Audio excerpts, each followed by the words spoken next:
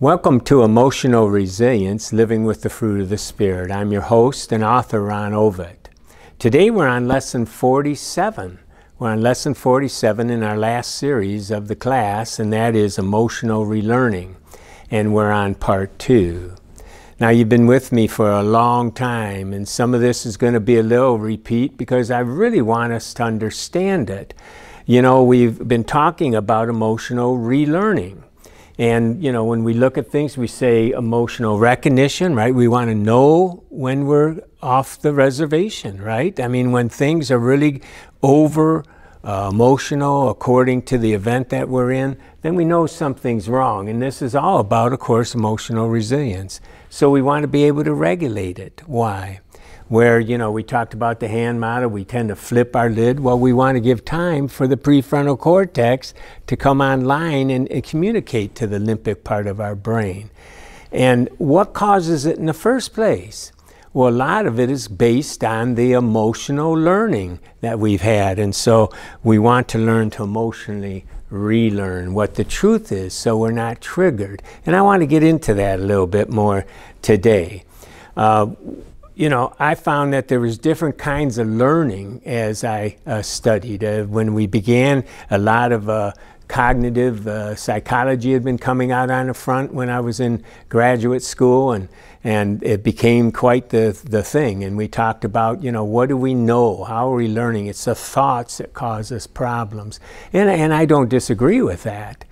But my point is that some of these thoughts aren't rational, they're emotional. And I always use the example of the person that is good looking and yet they feel they're ugly. How do you change that? That's an emotional belief. It doesn't make logical sense, but they believe it with all their what? Heart. It's an emotional learning, and they need to emotionally relearn. And so it's important that we know, you know, what are emotions? Now, Dr. Sarah McKay, an Oxford University educated neuroscientist, she's written a lot about this, and she says the ingredients of emotions are the physiological sensations we feel in our body. And we said that early on in this class, that what we recognize a lot of times is the sensations. The root word of emotion is to move. It gets us to move. The sensations get us to move. What do we see? What do we hear? What do we feel? What do we sense, right? And it gets us to move. And so that's one of the ingredients. Of course, the situation we're in causes that. The people we're with. Have you ever been in the same situation, yet you're with one group of people and you feel differently? You're with another group and you can feel totally different? You know, the people we're with. And it, of course, our own personal memories and our experiences have a lot to do with it. You know, emotions aren't universal. You know, three people can look at a beautiful cake and each have a different emotion, right? If one person had just finished eating, they may go, oh man, I don't feel like no cake. Another person loves cake and everything. They're all excited. Another one is, you know, doesn't want sugar. They're not into it. It just doesn't even tempt them. Different of reactions, right? Their own personal experiences. The language, of course. That we've learned that expresses what we're feeling a lot of times has a lot to do with it. Now, Lisa Feldman has been writing a lot about emotions. She's got a classic book out called How Emotions Are Made, and she has different beliefs. She says an emotion is your brain's creation of what your body's sensations mean. And it's in relationship to what's going on around you, right? She also says emotions are made up of ingredients as your body sensations, your life experiences, expectations, the people you're with, the situations, much what Dr. McKay was saying. And then she says we're the architects of our thinking and behavior. We're also the architects of our emotions. And that's kind of exciting. You know, we'll talk about childhood today, and a lot of the emotions that happen were a product of our childhood. But now that we're older, we have choices today, and we can be the architect of relearning emotionally, and that's an exciting place to be. And she says you can practice your emotions in advance of a situation by teaching your brain the most useful way to respond in a situation. You don't have to stay stuck. And she used an example. Actors do it all the time. The emotions that get expressed on the screen are a result of because they rehearsed it, right? They rehearsed it. And we can too influence how we feel about things as we look at it differently, and as we examine different ways of reacting. We can emotionally relearn what the truth is and change our emotional response. And so she says worry is repeating a thought over and over again, and you're practicing that thought. And with practice, it gets easier to experience that thought over time. And she says, just likewise, you can start practicing positive thoughts. And that's what we've been talking about. We've been talking about the fact that it's learned behavior and we can emotionally relearn. But her point is well taken. It takes practice. It takes time.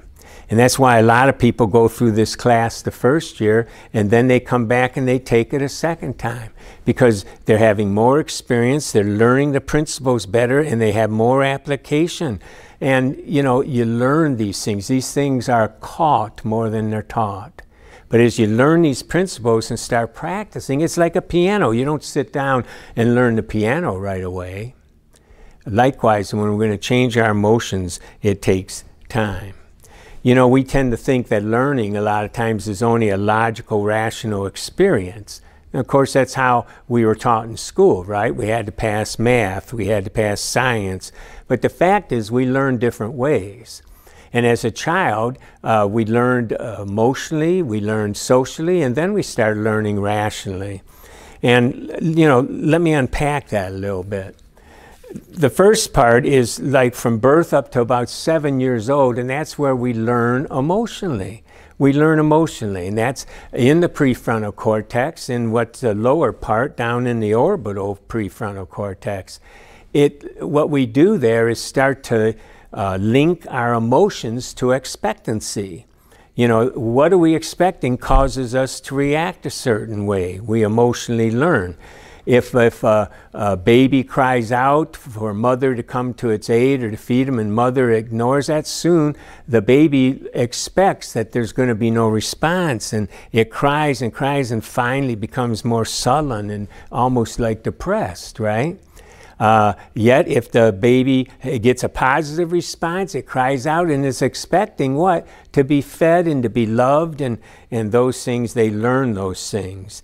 They learn how gratifying some things are and how repugnant or fearful or miserable others are. And that expectancy then causes a plan of action, a response. And with repetition, it becomes an emotionally charged belief. And emotion then gets tied to a belief as we get older. Now, the orbital prefrontal cortex, that part of the prefrontal cortex, is where we learn false beliefs about ourselves and because of our emotional experiences. And so a person that believes, you know, I'm damaged goods or I'm unlovable is learned first emotionally. You can see it in their body. You can see it in an infant when they're scared or when they're sullen. And they learn it emotionally first. And there's a grid that I put in the paper for you to look at. And I encourage you to get the notes. If you don't have the notes, you can contact me at ron@empowerministry.org. That's ron@empowerministry.org. And I'll be happy to give them to you. But what this grid does is talks about the fact that there's a continuum of pleasantness and unpleasant, right? This continuum, things are very pleasant or they're unpleasant. And we either have low energy or we have high energy. And this is how infants in early childhood responds to things. Is it pleasant or not? Is it causing high energy or low energy? And you can look at the grid, but some of the examples, like a low energy pleasantness, low pleasantness. So you have low energy, low pleasantness. That would be things like being depressed or being pessimistic. Now, if it's more pleasant, it's on the high scale, it's high pleasant, but yet low energy, that would be kind of relaxed. satisfied. You know, it's low energy but very pleasant. On the other hand, it could be high energy and unpleasant. And what would that be? Well, that would be panicked or anxious. Or it could be high energy and high pleasantness, and that would be exhilarated or thrilled. And there's many, many different emotions you can fit into the grid. And a lot of children start learning that way. It sets up a child to learn by association. You know, things are pleasurable, whether high energy or low energy, would be associated with pleasure and something to expect or seek out. Likewise, circumstances that cross that fine line from pleasantness to unpleasurable, those circumstances would be associated, but this time with something to be avoided. And last time we shared about how emotional learning works. First, there's an emotional experience. You know, and then it's accompanied by an emotional feeling, and that causes an emotional belief, and then that belief has a perceived consequence, and then that consequence sets off an alarm.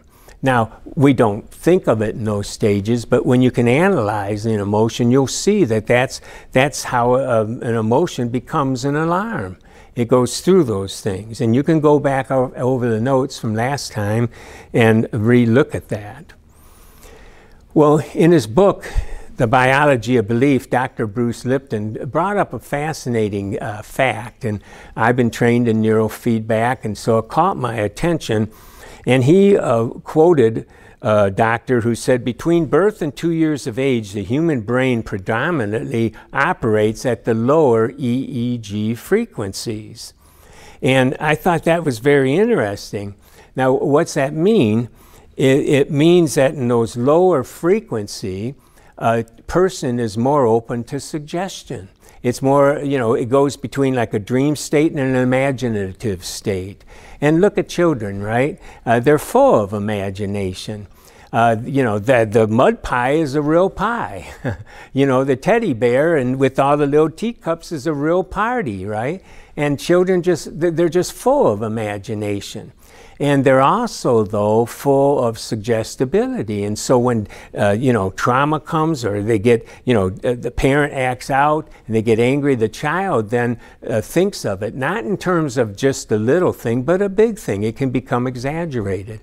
I remember when I first was doing play therapy that I had a child there, and you give him toys, and we had a sandbox, and he's playing, and then all of a sudden he's doing a scenario with mom, dad, and the child did something, and all of a sudden he's just, whoa, whoa, whoa, you know, yelling at the child, and I'm looking, I'm going, what's going on? Because I knew the parents. I knew they weren't, you know, Attila the Hun, you know. But it dawned on me that a child has these exaggerated, you know, extreme way of looking at it. Have you ever seen a child with a little cut on their finger? They don't know any better. All they know is it's not good to be cut. And they've heard and associated that a cut could be dangerous. You could die, right? And so my little grandson came to me, and he had a little pinprick, and there was a drop of blood, and he's walking like this. And he's just screaming like he's going to die. And it was just a drop of blood, right? And so we see these exaggerated, and the child then takes these things in, and later it becomes more and more a part of how they look at themselves and they look at the world. And so those first 6 years of life are fundamentally important. They learn more quickly during those years than any other time, and they're at the height of their emotional learning. And so it's, you know, emotional learning is important. And what do they end up believing about themselves? What freaks them out? You know, what is going to cause some problems, right?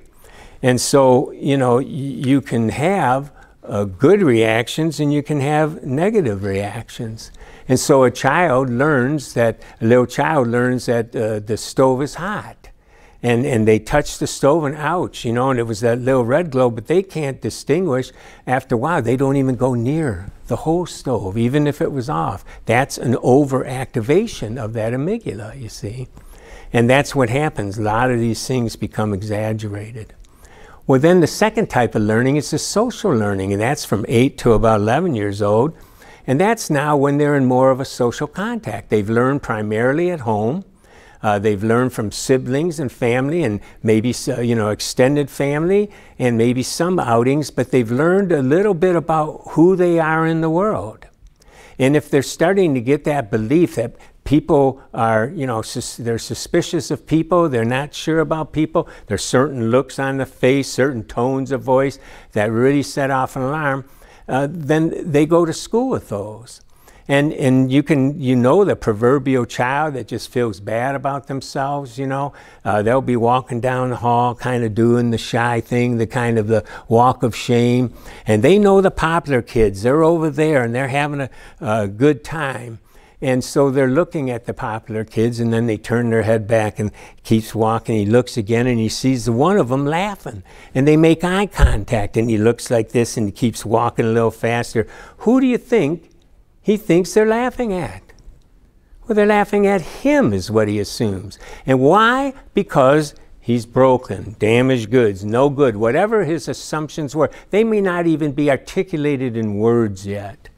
But he's socially reinforcing what he already emotionally learned. And this happens over and over and over. And it's hard then sometimes. That's where that person that feels they're ugly, that would have been reinforced over and over and over. And so that social learning just adds now to our emotional beliefs. Well, the good news is that some of these things can change. The same part of the brain that comes alive when we imagine and daydream and rehearse people's reactions with others, this is where we can make corrections to that past negative self-beliefs and trails. We can use that same part of the brain to change our emotional beliefs. And so that's good news. That's exciting news. And then we see the last part is this rational learning, or some call critical thinking. And that's between 12 and the prefrontal cortex keeps growing up to 22, 23, or I've even heard 25. And it just continues, where we can start to think more critically. It's where our executive functions come in. It's where we can start to change our mind. We can start thinking more rationally. And that's the good news. We can use that part of our brain now to come back and change some of these things that we believe. And why can we do that? Because of neuroplasticity. Neuroplasticity is more recent development in our learning about the brain. It's only really come into vogue probably in the last 15, 20 years. Before that, people thought that, what we learned early childhood would stick with us for the rest of our life. I remember hearing that in undergrad school. And Donald Hebb created that famous saying in 1949 that what wires together fires together. And people added to that, and it sticks together. But we know now about the plasticity of the brain. The thing that caused things to wire and fire together was the plasticity of the brain. The thing that caused us to start believing these negative things about ourselves, that causes us to emotionally react, is a result of the plasticity of the brain. And the good news is that same plasticity can help us change it. It can help us change back. Brain plasticity, neuroplasticity is a term that refers to the brain's ability to change and adapt as a result of experience. It's the learning, though, that causes us trouble. If we learn something wrong, if the beliefs are wrong emotionally, socially it gets reinforced. Now we have negative beliefs about ourselves. We end up being a people pleaser, for example. Why? Because I can't afford anyone to be mad at me. It's someone not to like me. And it causes a reaction. That's where that alarm comes in that we talked about earlier. And so what we want to do is use neuroplasticity to help change these emotional beliefs. Annie Hopper, who works in the area of working with chemical sensitivities, which is a real hard thing to change, she attributes it to the fact that the amygdala is oversensitized. And she says the adaptive property of neuroplasticity can be used in a positive way. Trauma can result in limbic system impairment. The good news is that we can learn how to become aware of the unconscious reactions. That's what I call emotional recognition. Learn to consciously interrupt the negative limbic reaction. That's what I call emotional regulation. And eventually rewire the brain back to normal functioning, which is emotional relearning. And so, you know, we can do that. Michael Moskowitz, who's written a lot on chronic pain and the neuroplasticity principles there, he says this: neuroplastic transformation is the treatment that uses the basic principles of neuroplasticity to change brain pathways back to normal function and anatomy. To accomplish this, we use thoughts, images, sensations, memories, soothing emotions, movements, beliefs, and we harness the power of our brains. And so it's exciting what we can do with this neuroplasticity. We need to be able to change those emotions that are wrong, based on wrong beliefs. We need to emotionally relearn what the truth is about ourselves. And we can do that by using our thoughts, visualizing new ways, right? Using our images, read sensations, right? Reacting differently to the situation, working with our memories, and then, you know, using our different beliefs. And so we can change. We don't have to be a victim of these negative beliefs that constantly plague us. And so the good news is that same plasticity that helped us learn can help us relearn. We know today that we can create new pathways. You know, I was reading on neuroplasticity, and a big breakthrough came when a doctor was working with his father who had a stroke. And the conventional thing was he had a stroke on the right side of his brain, so his left side wasn't working. Conventional therapy was, well, you better get used to using your other hand, right?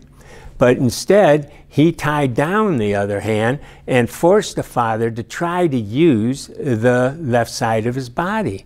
Now, it was horrible. He wasn't able to do it at first, and he was a beloved person in the village there, the community, and so people were really upset at the son. But he had a theory that this would work, and sure enough, soon after, he was able to really start moving a little more, and pretty soon got back. Now what happened, that part of the brain was dead, but the brain compensated by making new neuronal pathways, you see, and in other brain territory, and he was able to restore a lot of his functioning. Brain plasticity is really fascinating, and here's the good news, friends. We can emotionally relearn. And so read the notes again. If you don't have them, you can contact me at ron@empowerministry.org. I'll be happy to send them to you. Now, I hope that today's lesson has just helped you understand how, you know, we've emotionally learned and how we can emotionally relearn. Now, next time, we're going to talk more about our thoughts. How do we change some of the thoughts? Some of the thoughts are just based on lies, and we might be able to change that and then have what we called last week an aha experience, and that can be an emotional relearning. And then, you know, we'll call that flipping the script, flipping the script. And then after that, we'll go back into the emotional relearning process. We'll be talking about how do we go to our memories, where these things first started, and change the perceptions and the predictions and the beliefs that are erroneous in those memories. So stick with us. These are exciting lessons. I believe a lot of change can happen. So I look forward to seeing you next time.